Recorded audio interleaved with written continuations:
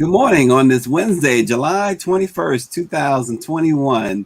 Let it be known, a press agent knows about everything to do with the production. It's their job to know the secrets. So it's no surprise that press agent Irene Gandy took that know-how and stepped into producing. Today, we are going to talk to Irene Gandy, who has worked on Broadway for more than 50 years. She started out as a press intern with the Negro Ensemble Company in the 1960s and then worked on more than 40 shows as a press agent, eventually becoming a producer in 2012 with the Tony-winning Porgy and Bess revival, and again with Lady Day at Emerson's Bar and Grill in 2014. So we'll have a great conversation with Miss Irene Gandy. But first, of course, let us introduce the president and CEO of the National Newspaper Publishers Association, Dr. Ben Chavez. Good morning, Dr. Chavez. And pleased to see you on behalf of the National Newspaper Publishers Association. Karen Carla Richards, our distinguished chair, and all of the 230 African-American owned newspapers and media companies across America. We're pleased to be back on Let It Be Known. Dr. Chavez, we obviously start with the news headlines this morning. The Delta variant of the coronavirus now accounts for roughly 83% of all U.S. COVID-19 cases. The Centers for Disease Control and Prevention Director Dr. Rochelle Walensky announced yesterday. She says the best way to prevent the spread of COVID-19 variants is to prevent the spread of disease, and vaccination is the most powerful tool we have. On July 3rd, earlier this month, the CDC noted that the Delta variant accounted for about half of U.S. cases. Now that number has dramatically increased. The CDC and as well as Dr. Anthony Fauci and other medical experts, we know Dr. Ebony Hilton is also saying, wear your mask, get vaccinated. Dr. Chavez, the Delta variant is burning out of control. Well, again, there's so much misinformation out there. And I'm glad Dr. Fauci, Dr. Lewinsky, and others from the CDC and NIH are giving, and Dr. Hilton, all of the medical physicians are giving out the facts that this variant is very serious. It's more deadly, it's more contagious, it's more infectious.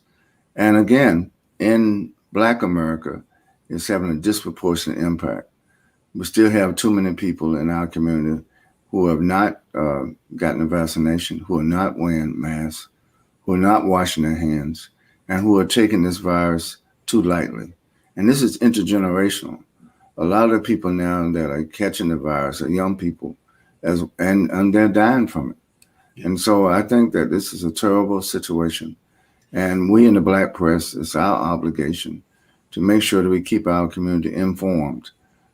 We issued a state of emergency for Black America last year. We established a coronavirus task force, and we will continue to encourage our people to protect themselves from this virus, from this deadly global pandemic. Yeah, absolutely.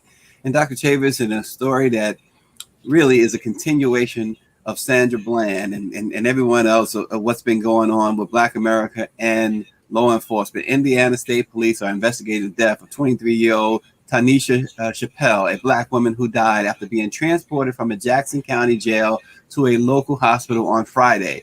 It is with extreme sadness that we announce the passing of Tanisha Chappelle.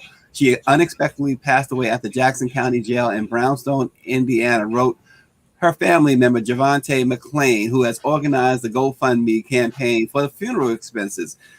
He goes on to say that she was a loving mother, sister, daughter, and friend who touched the lives of many around her. According to law enforcement officials, Indiana State Police arrested Chappelle in May, alleging that she had participated in a shoplifting ring from Louisville, Kentucky to Indiana.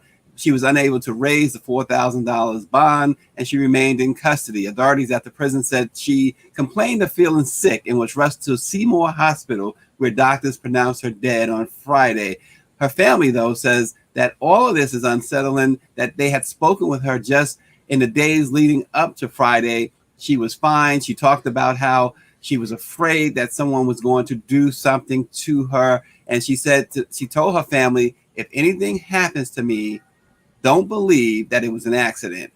And she died on Friday under very, very suspicious circumstances. Another one of those cases, Dr. Chavis, that really breaks your heart and really it makes you question what's going on. Absolutely. Systemic racism continues in America. Racially motivated police brutality continues in America. Black people are fighting for our human rights, our civil rights, our right to breathe, our right to drive, our right to just to live in America. It's been jeopardized by the rise of white supremacy, by the rise of these violent attacks, and a lot of times under color of law, under the auspices of law enforcement, these tragedies continue to happen, and particularly aimed at Black women and Black men and Black children. So we have to continue to raise our demands for freedom, justice, and equality, and not only call for police reform, criminal justice reform, but I think these cases are going to have to continue to not only get our support, but we need to make sure that the Congress, that state legislatures, that city councils, that mayors, all these police chiefs, we got to hold people accountable for every single tragedy that happens like this in our community, and not just wait for the next case. Black Lives Matters while we are alive, not just Black Lives Matter after somebody is killed and murdered. We have to prevent these tragedies rather than just respond every time they happen. Yeah, and one Facebook user who's watching from Facebook, obviously, says bail should be banned, and that's a whole nother conversation, Dr. Chavis, because this is something that activists have talked about for a long time. And in Ms. Chappelle's case, she was held on bail, and she had been waiting a day in court, but she's been in that jail for 2 months and unable to raise the $4,000 bail for shoplifting, and now she lost her life because of it. Absolutely, the bail system is a part of the systemic racism. It disproportionately negatively affects people who live in poverty, people who don't have cash reserves, and it's racially motivated. Who sets the bail? And I think that the people who set the bail are those who are part of the problem.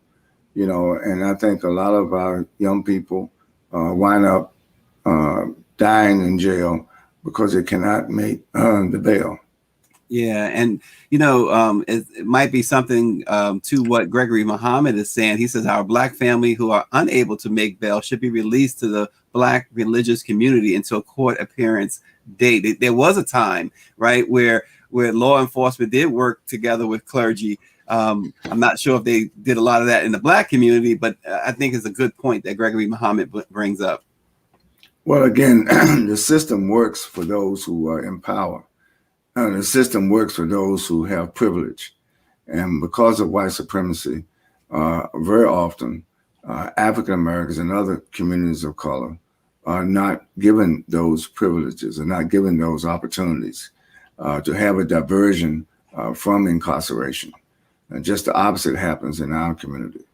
Yeah, absolutely. Dr. Chavis, we're going to segue to briefly to sports. First and foremost, congratulations to the Milwaukee Bucks, the National Basketball Association NBA champions.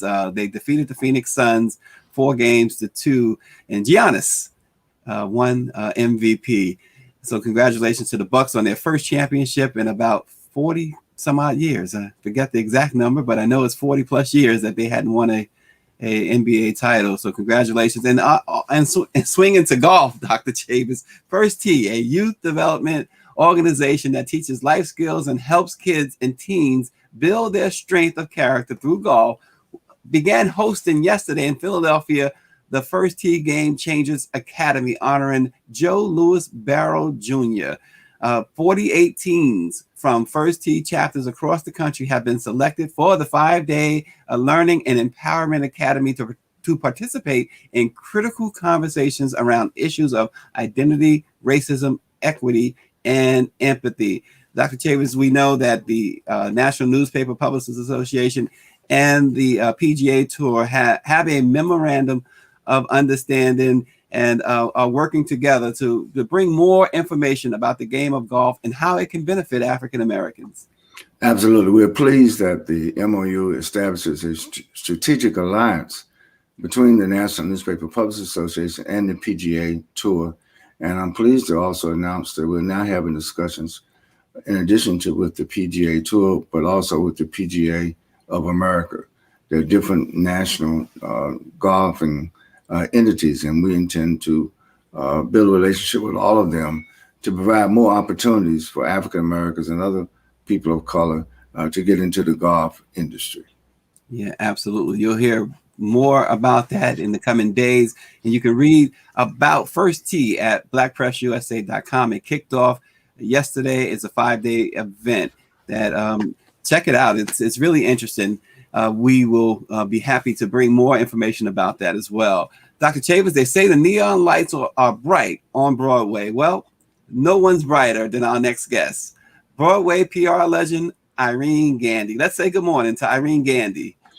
Sister Gandy, good morning. I'm such a big fan of yours, Dr. Chavis. So much so. Thank you, Sister Gandy. You have just been a warrior, mentally, and you don't know how many people you have, me for one, that you don't even know about. And, in the news, and thank you, Stacey, I want to talk about the news first of all, because it's very disturbing. We're in a race war, white against black. We always have been there. We can't be fooled by the costumes. That they can have long hair, they could be in your club, or they could be playing with you or rocking to Jay-Z, blah, blah, blah, blah. But don't be fooled by that. We cannot be fooled by that. They come in different spirits and stuff.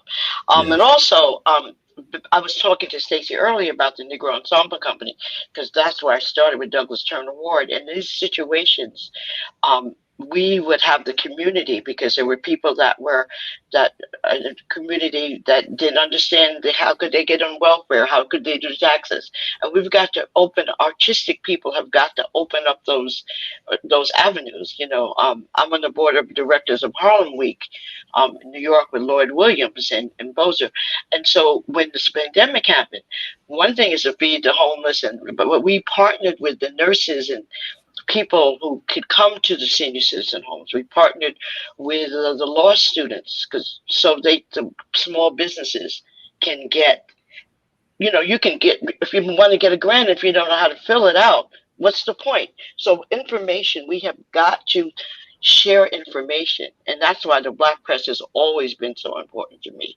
and still is. I wouldn't be here. I've been on Broadway 50 years because of the Black press.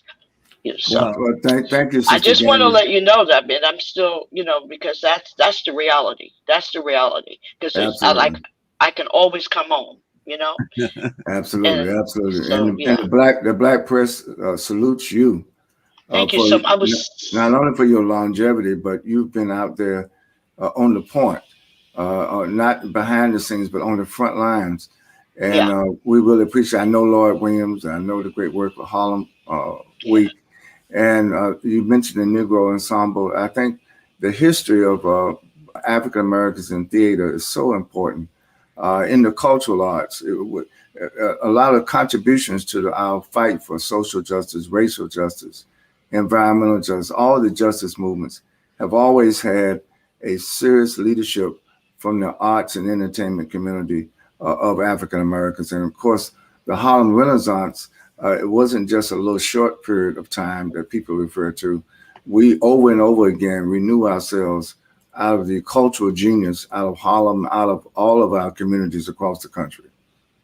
Yeah, that's very true. And I bring up Doug because Douglas Turner Ward and Robert Hooks and Gerald Crumb, because Doug not only created a space 7 days a week for people to know their craft, he also brought in people from the white people from the unions that Yes, you can train under, because you can have all the training in the world, as we all know, but if you can't get into the union, or you can't practice your craft, and people say to me, "Oh, you're the only black person on Broadway." Well, it's not because it's a lot. It's because I was in a union and I was able to apprentice.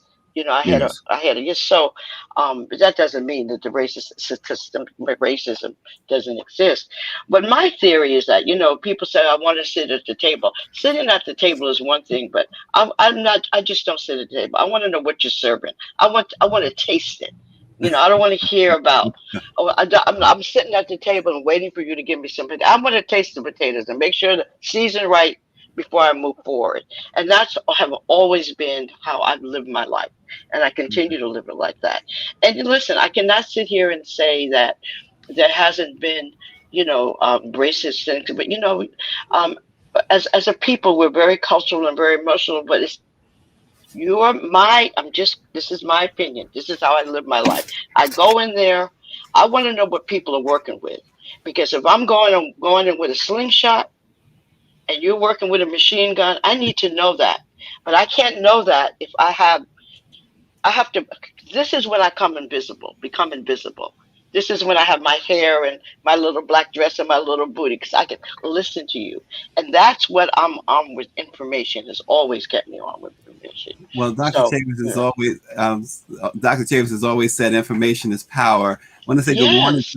to Tori Gray Thompson is watching. So I want to say good morning, Tori. Good to see you, and Nicole McDaniel and others. Dr. Chavis, there's a lot of history here with Irene Gandy. 50 years on Broadway.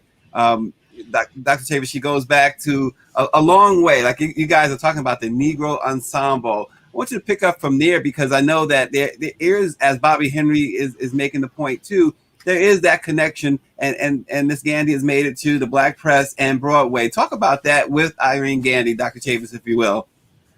Well, absolutely. I think of the images of our people, what is presented not only on Broadway in terms of the theater, but what's on television, or what we hear about on radio. And for 194 years, Sister Gannon, Freedom's Journal was first published right there in New York in 1827. So for 194 years, we've made sure that we not only print the news, but we're an advocate for freedom, justice, and equality. And that also involves making sure that we have self-determination of how we are described. You're right. It's not only just being at the table, but we need to own our own table. We need to own our own performance theaters. We need to own our distribution of our content. We need to own our intellectual property rights. We're a blessed people, but a lot of times, Sister Gandy, I'm sure knows, that a lot of people go to the bank off of our genius, off of our talent, and leave us standing, even though we've make what people see on the cameras, but it's what also goes on behind those cameras. Yes. What goes on behind the stage. When they raise the curtain of the stage, there are thousands of people involved before that curtain is raised. And we got to make sure that our people get the opportunities. Sister Gandy, can you talk about the importance of apprenticeship, mentorship, and also, like you said, being in the union, being at the right place at the right time, getting the acquired knowledge of how to navigate through these different systems? Well, the important thing I have to say to everyone, don't everyone's taking money. You have to have a vision. You have 5 years down the line. You can't, it's not a get rich quick scheme. Like when I started, I made $65 for 3 years. But I knew at the end of that 3 years what the take, because I would have that knowledge, because I never think about money, because when God gives you a dream, it doesn't come with a budget. You know what I mean? He gives you a dream. You just, he said, okay, I'm giving you a dream and here's X amount $1,000. You you have to have a vision and you have to have faith. But another thing I really want to pick up on about the black press, what you said, I want to say, because for a short period of time, I was associate director at CBS Records, at the black, during the right height of the 70s, where they were signing everything black, whether it was a black cat, a black coat, whatever. And when I went into a marketing meeting and I was looking at all the promoters, the white promoters, and I think the OJs were coming to Dr. Chambers. You remember, because Stacy's too young. At Empire Room, remember they had the Empire Oh Room yes. in the Oh plaza, yes. and the Absolutely. OJs were saying there, and there was and that's another thing I realized that the white promoters or the white marketing people, they needed tickets to this, and the black got DJ, the black marketing people, they didn't say what they needed. So I came in the next day with Jet Magazine. I came in with Ebony. I came in with Big Red. I came in with everything, because to let them know the importance of the black press. Because I mean, you're spending all this money in the New York Times, but that's not the black press is taking on. And I gave them education, so Right. we don't need to be validated by something we already know. I'm still fighting every day. I worked on a show called American Son with Kerry Washington. I was one of the producers of that, and and it was about a black mother with, the police had killed the son, but we already know that story. And I was saying that's not a new story, and that's not exciting for you black white people. And they said to me, one of this little white boy said in the meeting, well, as a black mother, and I said, wait a minute, well, I can't curse on here. I'm the only black mother in this room.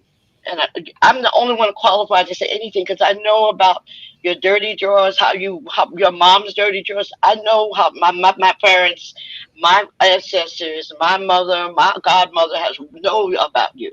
You're not qualified to tell me about anything about me. I know all about you. I can't live in this country and not knowing about you. So that's where I come from. I don't know. I'm just getting on a tangent. I'm sorry, but That's that's who okay. I am. But okay, I'll talk about the good stuff. People don't want to hear about that. Yes, my life is amazing. I'm 77 years old. November from November on the 21st, I will be 78. I've been working on Broadway for over 50 years. Um, I have really, what I like to do is find out what I know, and when an African American comes in to the situation, I work on a lot of white shows, mostly. If African American comes in the situation, I want to make sure that they know what they can get. They can get a car. They can get, if they're nominated for a Tony, they can get extra money. Stuff like that. That the counterparts, and that's for me being in the rooms, knowing what is available. So I try to use it as a ministry to help, to provide information, not to help, but to provide information. You know. And Ms. Gandy, you just mentioned that. How often do you have to mentor these individuals when they win, that they get this? Because not all of them, apparently not all of them, know what they are able to Well, get. you know what? I go back to the old time religion. I work with the willing. If you want to hear it, fine. And if you don't, if you like it, I love it.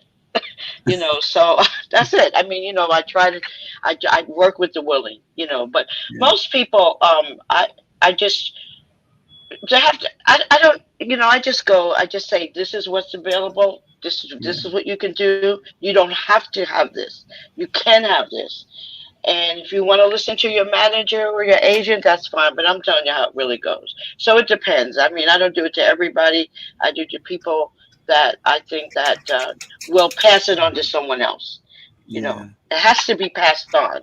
You can't like just hold it. I mean, it's crazy. I don't Yeah. believe in that. Our publisher down in Florida, Bobby Henry, is asking. He said that you once said you decided to be a hippie. He wants to know what brought that comment on. Oh no, what happened? Yes, yeah, okay. I forgot all these my interviews. Well, I was born in Westbury, Long Island. My dad was and mom, they were 40 years old when they had me, and I couldn't do anything. So when I went to NYU for 6 weeks only, I went buck wild. NYU was in Greenwich Village, so I was a hippie. I decided I worked as a waitress, like because my dad and mom said I'm not paying for nothing. So don't Yeah. worry about it. So I said I can make my own money, and that's just what I did. So I was a hippie, and it was good because I didn't know anything, and I didn't know anything about anything. Because when you're a parent, you want to raise your kids not to know something, to do the best. But I didn't raise my daughter like that. I raised my daughter knowing a lot. Yes, I'm still a hippie. Bobby Henry, is that his name? So don't That's get it twisted. You see this pink hair on me, don't you? I'm still hip. look. Well, you know I'm what? hip. I'm a hipper. You mentioned NYU. You meant NYU is down in the village, so you have to be a I'm hippie. still in the village. I'm on Well, top of the village gate still. I've been in my there you apartment go. 45 years. Yeah. Our publisher in Texas, both our publishers, well, two of our publishers in Texas, Cheryl Smith and our chair, Karen Carter Richards, both are saying what we are feeling, Miss Gandy. They say, I'm loving her. I can't. I was trying to have a filter. I said to Dr. Chavis, I'm so in love with Dr. Chavis. I'm telling you right now, I like you. I know we don't like old. I know you like old women, but I love you. Don't worry about it. But anyway, um, I have no filter, so answer the questions. But no, I'm very very blessed. I am just so humbled that you guys really even want to talk to me because when Stacy, I'm just really humbled by it because I don't want to get I just because it doesn't mean anything. It doesn't matter about the times and about being inducted into Lincoln Center and a Tony Award, which I'll show you. There we go. But it's just to be on, just thank you so much for having me. That's all I can say. Yeah, Ms. Gandy, we appreciate you. We had some great offline conversations, and Okay. as she was telling me about her love of the Black press and her admiration for Dr. Chavis. You know a lot of obviously you've lived a lot of the history of the civil rights, and you've lived a lot of history, Ms. Gandy, of what's going on Broadway. You also mentioned to me with the Broadway reopening. Oh my God! Listen, okay, Talk about that, okay, if you will. okay. Let me talk about that. I got my okay. So the young black people wrote the Dear White Letter, which Douglas Turner Ward wrote in 1968. So now we have all of these Broadway. Let me just say this: there are black people on Broadway, but Broadway is green. Broadway is green. If you have a show, people, there's no black Broadway. There's black people on Broadway, and I don't care. I stand by this because I'm qualified to say this. Okay, everybody out there, I know. Okay, so now with all of this things, unfortunately George Floyd and all the I say George Floyd because that's when we were all sitting home watching. So now we have 10 new plays 10 black shows on Broadway coming. We have I can't believe it. So we have Passover by Chinwe Duma. I can't say that word. Lackawanna Blues by Ruben Santiago Huston. Chicken and Biscuits. Youngest black director will be Zalin Livingston. We have Thoughts of a Colored Man, Trouble of My Mind by Alan Childress, who was going to Broadway with this, but they wanted her to change the ending and it never went. So now it's coming. We have Clyde by Lynn Nottage. We have Skeleton Crew by Dominique Morrissey, starring Felicia Rashad. And we have MJ the Musical, written by Felicia Rashad. Not counting what we have already, Ain't Too Proud, Tina, and Lawrence Fishburne is going to be in American Bubble. So I'm saying this on a good day when I'm in these marketing meetings with everything, with not pandemic. It's like people don't go to theater. People go to baseball. People go to basketball. So I don't know. I mean, it's like that Peter Paul principle, Dr. Chavis and Stacy. All the black shows on Broadway, but who's going to go see them? Because like I said to one of the chairmen of the board, Schubert, slavery is over. We can go see Hamilton. We can go see Wicked. Yeah. So I'm just, and that's where the black press really comes in. We, the people we're going to have to support. But listen, it's out there. If you want to see it, it's out there. But we had a Juneteenth celebration in Broadway, but who knows if it's going to be a Juneteenth celebration next year? So I just live one day at a time. That's all, and I'm hopeful, and I live by God. I go by, I just all I do is say, God, I wake up in the morning. let me stay out of your way and let me see, can I still put my shoes on? That's all I want to know.